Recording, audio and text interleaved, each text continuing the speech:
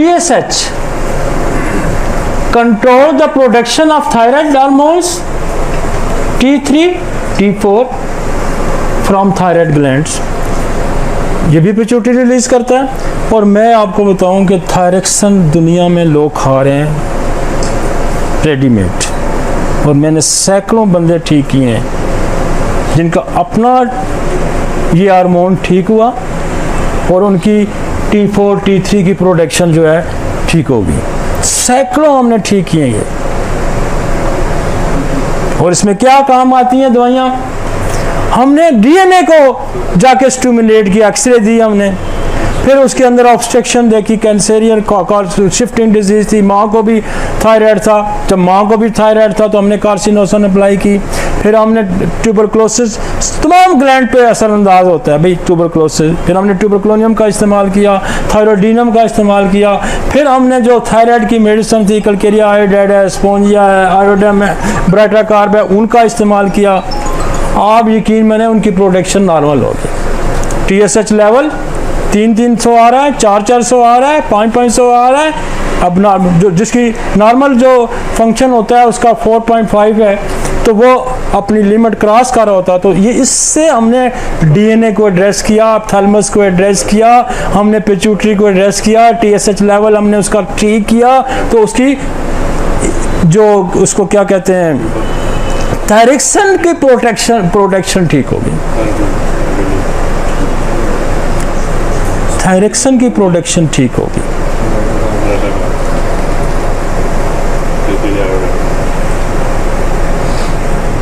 तो क्या किया? अब वो लोग ये भी एक पीछे भी मुझे किसी दोस्त ने भेजा कि उसने कहा जी कि आप पे किसी ने कमेंट कर दिया कि वो कहता है जी सोल जो है वो सूरज एनर्जी से बनती है और उससे सोल कैसे डीएनए को ठीक करती है। फिर उसने कहा जी, वो कहता है जी कि लूना जो है उससे रेज निकलती हैं, तो लूना से कहाँ रेज लगती है, तो वहाँ तो कोई सूरज से चलो रेज निकलती हैं, लूना से कौन सी रेज निकलती है। तो उसने फिर कहा कि उस बंदे ने, मेरे किसी दोस्त ने, अमेरिका में बैठा है, उसने कहा कि मैंने फिर उसको समझाया कि सूरज से वो फलां रेज निकलती हैं और साइंटिफिकली ये प्रूव्ड है कि वो कैंसर पैदा करती हैं। तो कैंसर पैदा करती है, तो कैंसर की कॉज क्या है? Defect of DNA, genetic defect है ना, जीन्स का डिफेक्ट।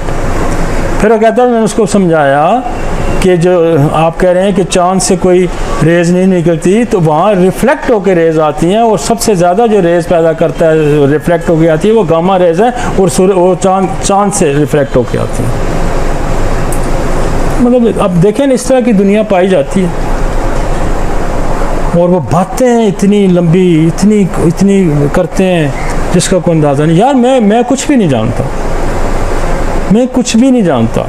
सुकरात से किसी ने पूछा था कि तुम कितना जानते हो, उसने कहा था इतना कुछ जानने के बावजूद मैं कुछ नहीं जानता। लेकिन हम कहते हैं कि इस रास्ते पे चलें।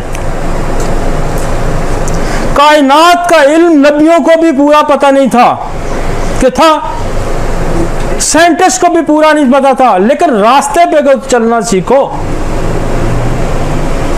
मैं अपनी नस्ल को इस रास्ते पे नहीं चलाऊंगा तो वो कैसे जाके आगे इंसानों की फलाह और सेहत की बात को, हम रास्ते पे तो चले ना यार। मेरी कोई कंट्रीब्यूशन नहीं, मैं ये सारा साइंसी इल्म नहीं जानता, मैं ये नहीं क्लेम करता, लेकिन हमारी एफर्ट ये है कि हम रास्ते पे तो चलें। दुरुस्त सिमत में जाने से भी मंजिलें आसान हो जाती हैं, और गलत रास्ते पे चलने से भी सारी ज़िंदगी इंसान भटके रहते हैं और वो कभी मंजिल पे नहीं पहुंचते।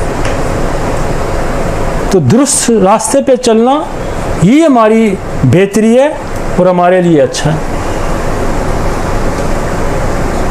और मुझे दुख है, वो कहता है कि मैंने वो कहता है कि वो अपनी मुझे ये भी मैंने वो नहीं पढ़ा, मुझे किसी उसने कहा जी, वो कहता है जी कि वो अपनी शख्सियत को प्रोटेक्ट करता है। भाई मैंने 50 लाख बंदा देखा, मैं अगर कहता हूँ कि मैंने 50 लाख बंदा देखा, तो फिर इसमें मेरी शख्सियत प्रोजेक्ट हो रही है, तो फिर मैं क्या कर सकता हूँ?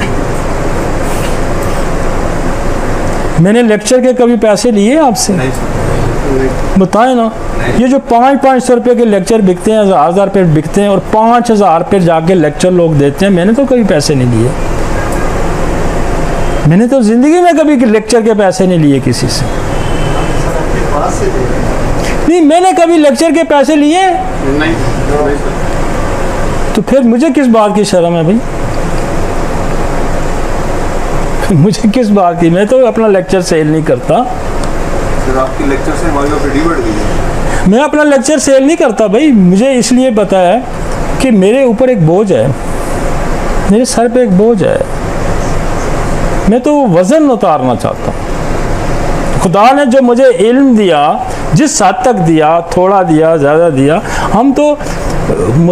मैं तो उस बोझ थले कि वो कल मुझे कहेगा तुम्हें ये पता था तो तूने दूसरे को क्यों नहीं बताया। हम तो ये बोझ उतार रहे हैं भाई। हम पैसों की खातिर तो नहीं कर रहे। पैसे तो खुदा के वास्ते, मैं खुदा गवाह, मेरा रब जानता है, मैं तो मिट्टी भी बेचूं। मिट्टी जिसको कहते हैं ना मट्टी, वो मैं अगर यहाँ स्क्रीनिंग के बाहर रख के बेचनी शुरू कर दूँ, ये काली मिट्टी है, ये चिट्टी मिट्टी है, ये चिकनी मिट्टी है, ये फलां मिट्टी है, यकीन माने उस पर भी रश होगा, क्योंकि मैं उसमें हेरा फेरी नहीं करूँगा। तो ये तो मुझ पे जिम्मेदारी है खुदा की तरफ से भाई। हम तो अपनी जिम्मेदारी निभा रहे हैं और आप मुझे कहते हैं कि वो तो शेखियाँ मारता है, वो ये करता है। बड़े अफसोस की बात है, बड़े अफसोस की बात है। आप लोगों से सीखना और समझना सीखें। सीखना और समझना क्रिटिसाइज करने से नहीं आता, सीखने से आता है। हमने तो कभी नहीं कहा कि मेरे इतने, मैंने तो कभी भी नहीं अपने आप को उस्ताद कहा। मैं उस्ताद तो हो ही नहीं सकता। मैंने तो कभी क्लेम नहीं किया। मैंने कभी कहा है वो मेरा फलां शागिर्द है? कभी सुना है मेरी ज़बान से?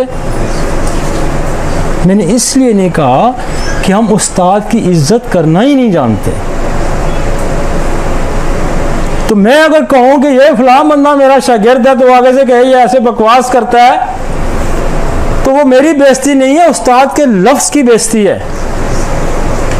और मैं उसके लफ्ज़ को तकद्दुस को भी पामाल नहीं करना चाहता अपने नाम के साथ लेबल करके। ये भी याद रखें, उस लफ्ज़ के तकद्दुस को मैं अपने साथ लगा के पामाल नहीं करना चाहता। इसलिए दुनिया में दो ही उस्ताद लोगों ने तस्लीम किए, एक अरिस्तो को, सुकरात को, और एक उसको अल-फराबी को। उसके बाद तो ज़माने ने किसी को उस्ताद तस्लीम ही नहीं किया, इसलिए कि हम उस्ताद की कदर ही नहीं जानते।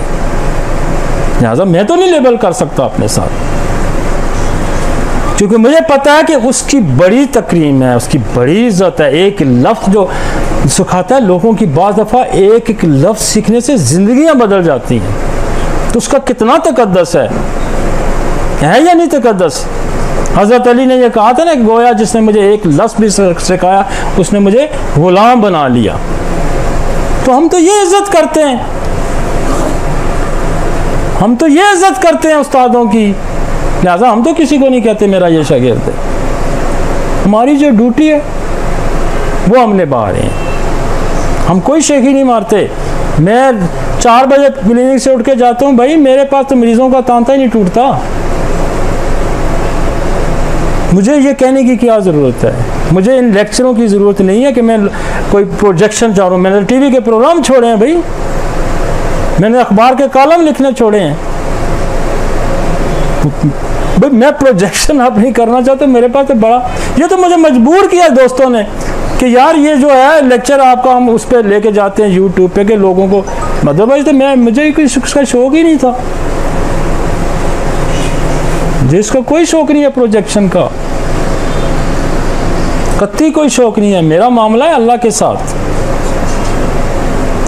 मेरा मामला उसके साथ है, मेरा बंदों के साथ कोई मामला नहीं है। मैं किसी बंदे से रिस्पॉन्स नहीं चाहता, मेरा मामला खुदा के साथ है।